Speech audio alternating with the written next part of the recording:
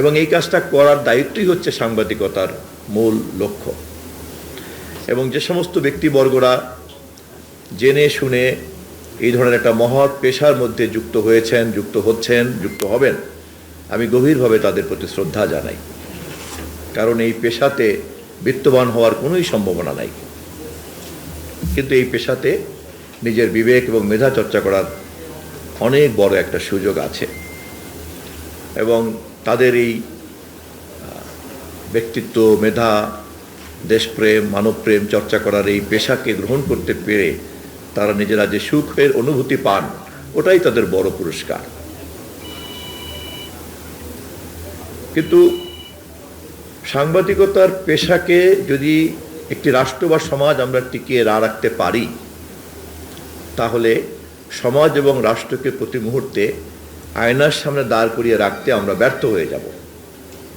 অতএব রাষ্ট্রের প্রয়োজনেই, সমাজের প্রয়োজনেই, দেশের প্রয়োজনেই, মানুষের প্রয়োজনেই দায়িত্বশীল সাংবাদিকতাকে সবসময় জীবন্ত রাখতে হবে, সজাগ রাখতে হবে।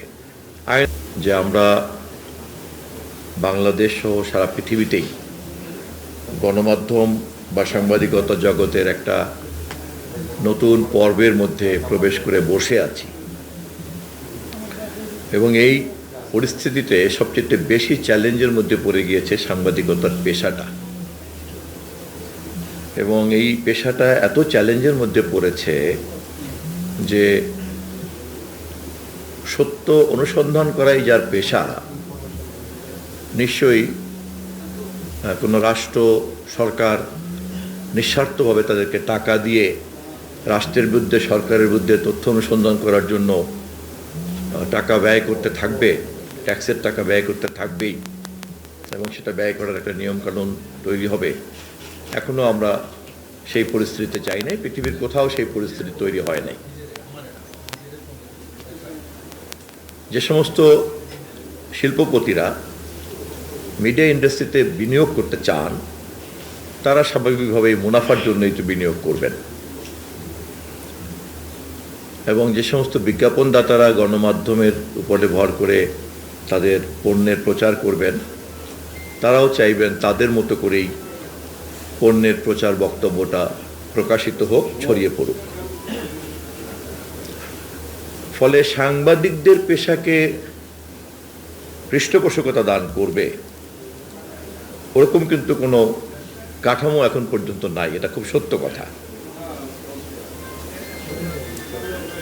কিন্তু কিন্তু কোনো সভ্য দেশই, কোনো সভ্য সমাজই পৃথিবীতে এগোতে পারে না যদি সে তার সমাজের প্রকৃত চিত্র প্রতি মুহূর্তে নিয়মিতভাবে গণমাধ্যমে এবং সাংবাদিকতার মাধ্যমে আয়নার মতো প্রতিফলিত করতে না পারে। আমরা যেমন যে কোনো সুস্থ স্বাভাবিক লোক আয়নায় নিজের চেহারা না দেখে বুঝতে পারি না যে আমি ঠিক মানুষের সামনে যাওয়ার জন্য যথেষ্টভাবে প্রস্তুত কিনা, তেমনি একটি রাষ্ট্র এবং সমাজকেও কিন্তু প্রতি মুহূর্তেই আয়নার সামনে দাঁড় করিয়ে রাখতে হয়। তা নাহলে সে ভুল পথে যেতে পারে, সে একটা ভুল গন্তব্যে যেতে পারে, যা জনগণের জন্য, মানুষের জন্য ক্ষতি হয়ে যেতে পারে।